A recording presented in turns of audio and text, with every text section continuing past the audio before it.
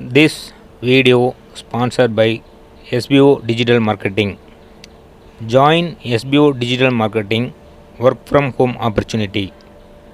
Mobile based part-time job. Perfect for students, homemakers and job seekers. Use your free time to earn. No fixed hours. Work at your convenience. Use your free time to earn. No fixed hours. Work at your convenience. Just share and publish content. Simple task. No selling or no referral. Have a Facebook, Instagram or YouTube account. You are already eligible. Earn daily income with instant payouts. Start from day 1. Send your name and qualification on WhatsApp to 917 6686525 and get full details instantly.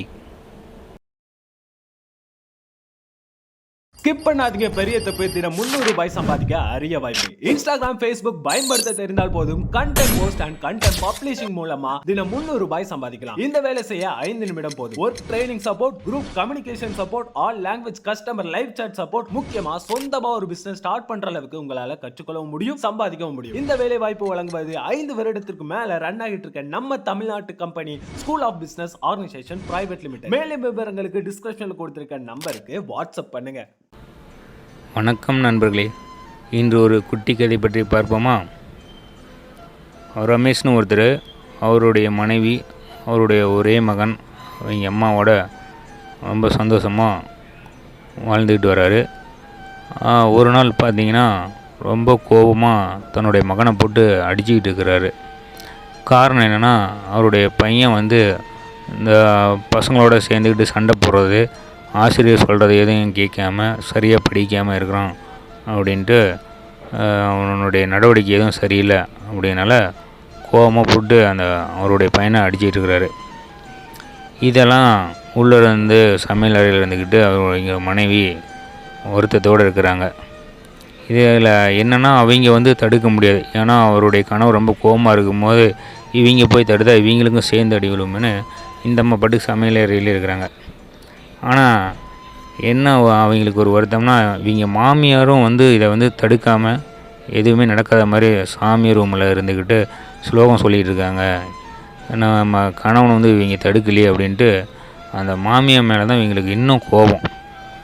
நம்ம ஒரு கணவன் அடிக்கிறது அவர் மேலே இருக்கிற கோபத்தை விட அவங்க மாமியார் இது தடுக்கலையே அப்படின்னு அந்த மாமியார் மேலே தான் இவங்களுக்கு ரொம்ப கோபமும் எரிச்சலும். அப்புறம் இவரும் தன்னுடைய மகனுக்கிட்ட ரொம்ப கண்டிப்பாக அடிச்சுக்கிட்டு, ஏப்பா இப்படிலாம் பண்ணுற, ஒழுங்கா நல்லா படிக்க வேலை பாரு அப்படின்னு இது சொல்கிறாரு.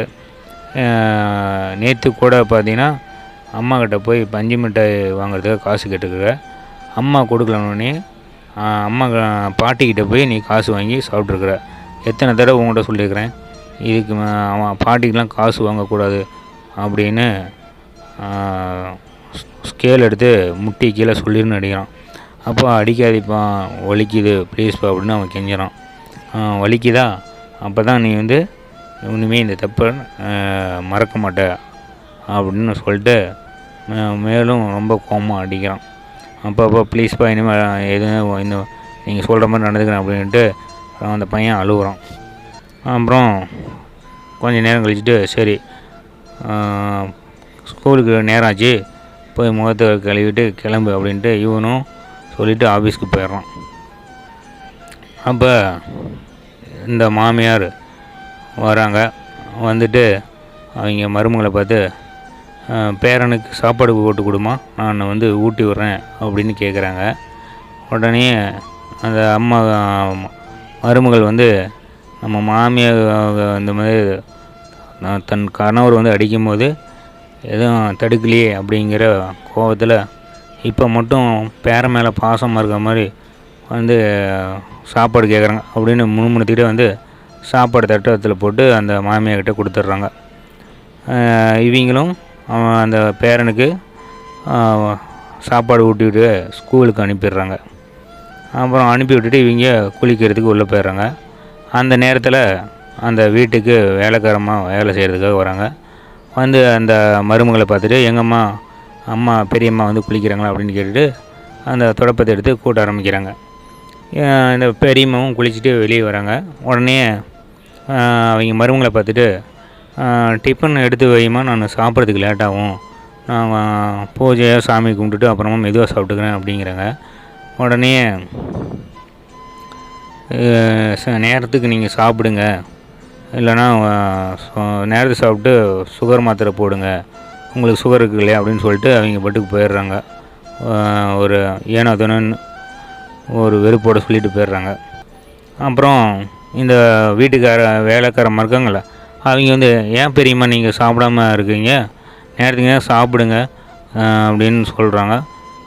குளிச்சுட்டு வந்ததுக்கப்புறமும் உங்கள் முகம் ரொம்ப வாடின மாதிரி இருக்குதே, என்ன அப்படின்னு விசாரிக்கிறாங்க. அப்போ வந்து இந்த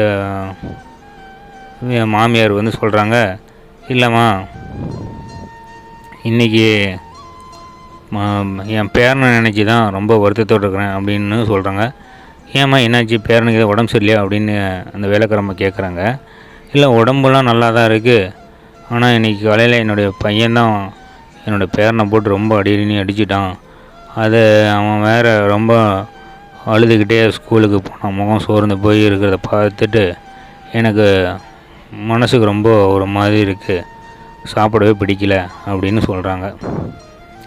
என்னம்மா இது, ரமேஷ் ஐயா வந்து உங்கள் பிள்ளை, நீங்கள் எது சொன்னாலும் மறுபேச்சு பேசாமல் கேட்குற தங்கமான பிள்ளை, நீங்கள் போய் அடிக்காதுன்னு சொல்லி தடுத்துருக்கலாமே, அதை விட்டுட்டு இப்போ போய் அடி வாங்கிட்டு போன பேர் நான் நினைஞ்ச வருத்தப்பட்டுக்கிட்டு இருக்கீங்க அப்படின்னு நம்ம கேட்குறாங்க.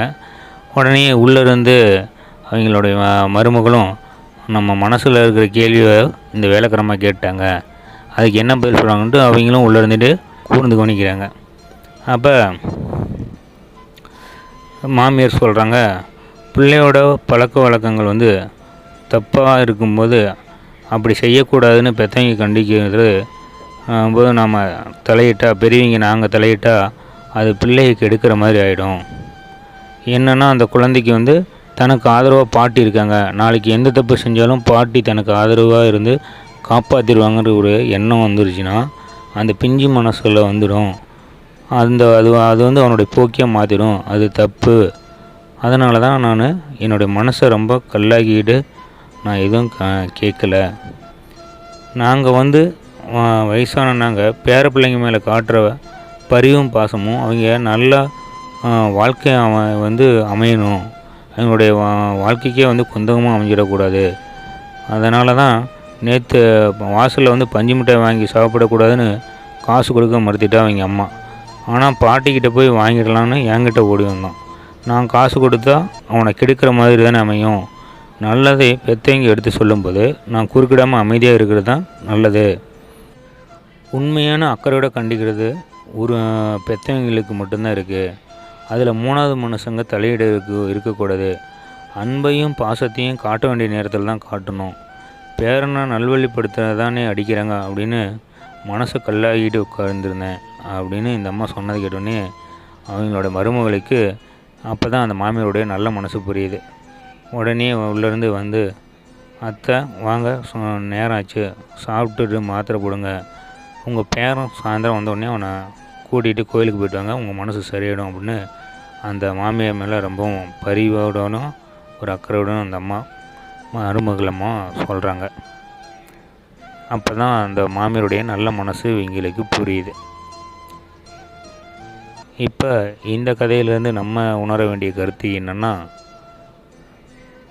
ஒரு குழந்தைங்க மேலே கண்டிக்க வேண்டிய நேரத்தில் கண்டிக்கணும், எந்த நேரத்தில் பாசம் காட்டணும் அப்படிங்கிறத அறிஞ்சு தெரிஞ்சு நடந்துக்கணும் அப்படிங்கிறதான் இந்த கதையிலேருந்து நம்ம உணர வேண்டிய கருத்து. நன்றி, வணக்கம்.